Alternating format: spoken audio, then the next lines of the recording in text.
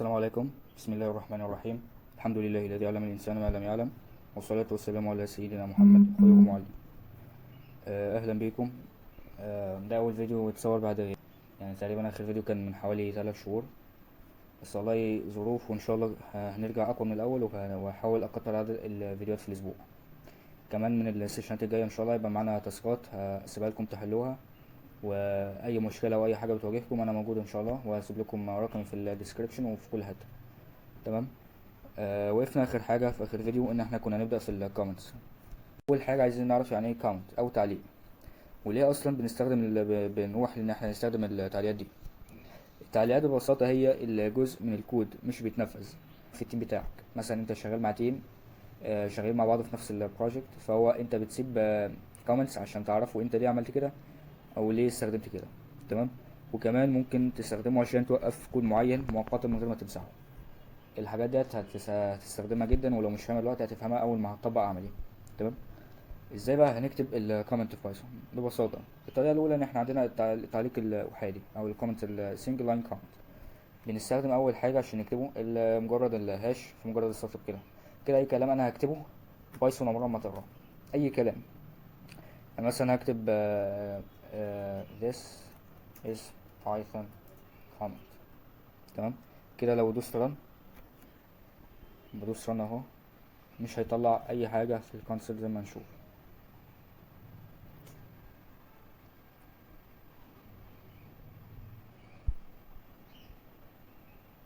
تمام. زي ما انتم شايفين كده الكونسول عندنا فاضي. تمام. تاني حاجه عندنا التعليق متعدد الاسطر او المالتي لاين كومنت. في بايثون نفسها مفيش حاجه اسمها تعليق متعدد الاسطر، بس هنقدر نعملها ازاي؟ ممكن نستخدم طريقه ال-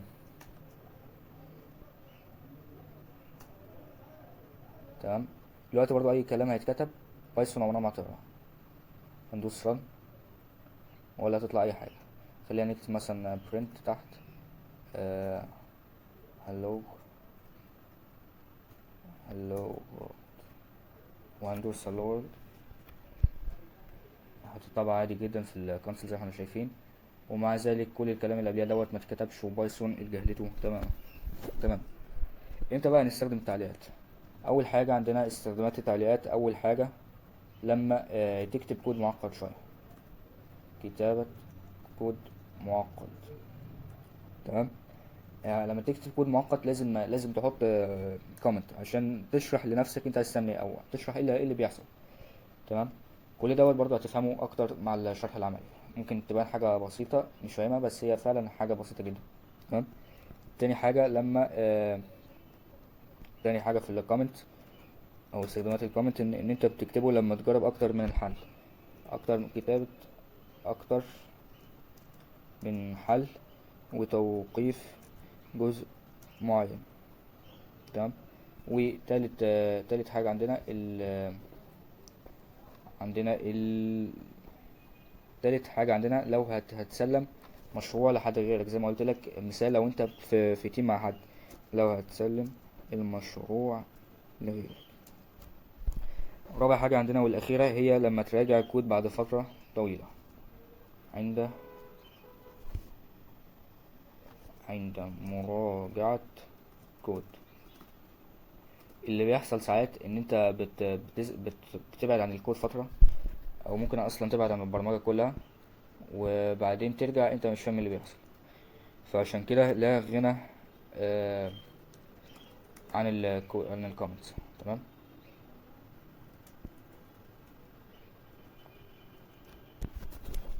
تمام. كده احنا خلصنا المفهوم الكومنت، وخلصنا الامثله، وخلصنا اليوسج او الاستخدامات بتاعته. عايزين نديكم بقى امثله واقعيه. المثال الاول ان انت بتستخدم variables. مثلا انا اعرف هنا الفار اسمه a، واقول a بتساوي 5. تمام. ال b equals 10. ال c equals a plus b. زي الفل. وهاجي تحت اقول له ايه؟ print c. تمام. وهدوس run. هتلاقيه زي ما انتوا شايفين طلع لنا 15، اللي هي الايه ب5 والبي ب10، السي بتساوي ايه زائد بي اللي هي 5 زائد 10، بعدين قلت له اطبع لي السي اللي هي 15. تمام زي الفل. بس تخيل بقى ان المشروع دوت مشروع كبير. يعني ايه مشروع كبير؟ يعني انا مش مجرد عندي شويه الفاريبلز دول. تخيل ان ده هتكتب من ده كتير، فطبعا لا ده مش هينفع كده. امال هنعمل ايه؟ هنكتب هاش. لازم بقى تعرف كل حاجه تكتبها، فاهم؟ يعني هنكتب هنا definite two variables، تعريف متغيرين، وبعدين اكتب ال a equals 5 b equals 10. كده انا عرفت كل حاجه هتحصل. وممكن كمان ممكن اضيف تفصيله هنا، ان انا اقول له هنا ايه، آه، جمع متغيرين مثلا، او اكتب بالعربي كمان عادي. بس طبعا البروفيشنال اكتر انت تكتب بالانجليزي، جمع متغيرين. تمام كده خلصت ال definite two variables جمع متغيرين. بعد ما اكتب في الاخر out output، او نخليها مثلا code result، واكتب تحت print ال c. ونطلع فوق نخلي الكود نخلي الكود دوت، نخليه كومنت مثلا، أو ممكن نشيله عادي. وندوس run، هنلاقيه طلع لنا ال15. قشطة جدا. تمام كده احنا اكتشفنا ان الكود بيبقى واضح اكتر واسهل اكتر وسلس اكتر وشكله مور بروفيشنال. تمام كده احنا هنبقى خلصنا الفيديو بتاع الكومنتس.